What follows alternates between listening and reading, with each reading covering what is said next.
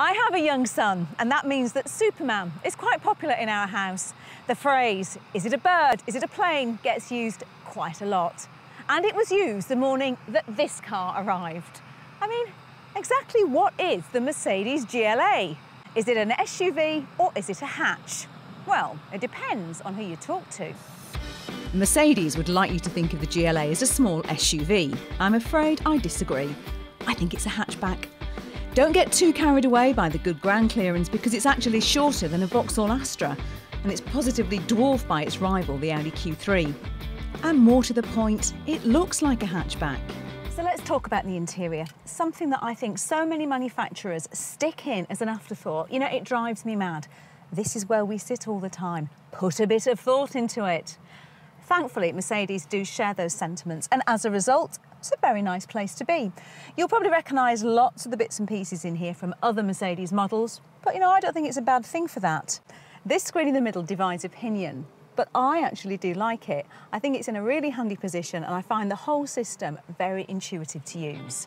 Having the gear stick mounting on the steering wheel frees up a lot of space, and even the basic models do get fairly high levels of standard equipment, including 18-inch alloy wheels, stop-start technology, aircon, a digital radio, adaptive brake assist, and collision prevention assist, which will put the brakes on if it senses a crash is imminent. The boot is an area where the GLA scores well. It's got 40% more space than the Mercedes A-Class on which it's based, and more than both the Audi Q3 and the BMW X1. And you can create even more space by folding the back seats flat.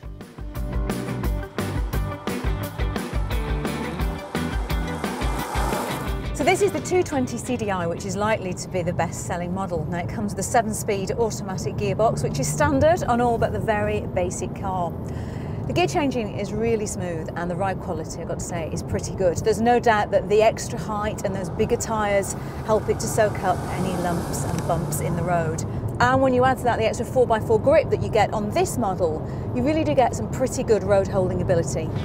But the downside is that for all its poise and performance, that diesel engine is a bit clattery and irritating at lower speeds and around town. And price is generally another big issue for me. This is a well-built, high-quality car. But with all its extras, this model costs £34,700. Because you don't get the option of the more modest engines offered in the A-Class or the Audi Q3, it means that prices for the GLA start at £25,850, which just seems a bit too much. Another thing for me that makes this not feel like an SUV is the seating position. It feels really quite low in here, and actually the visibility isn't that great either. The integrated headrests get in the way, these big pillars, well, quite frankly, they're just a bit of a pain. And if it wasn't for the option of the panoramic sunroof, which is a £900 extra, then I think it would be quite dark and quite oppressive in here. Of course, the GLA will mainly be found on-road, but if you do want to venture onto rougher tracks, then it won't let you down.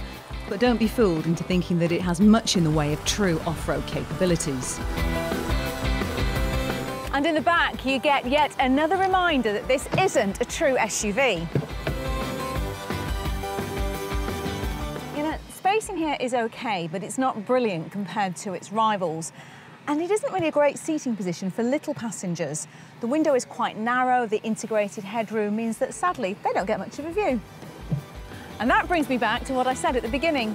Sorry, Mercedes, this isn't an SUV, it's a hatchback. And I guess that its brother, the A-Class, is suffering from a big dose of sibling rivalry right now, because I know which one I'd rather have. However, if you've decided that you do want a jacked-up hatchback with raised ground clearance and the option of four-wheel drive, make sure you check out the reviews for the Audi Q3 and BMW X1. Click the video icon for our most recent review and the logo to subscribe to our YouTube channel.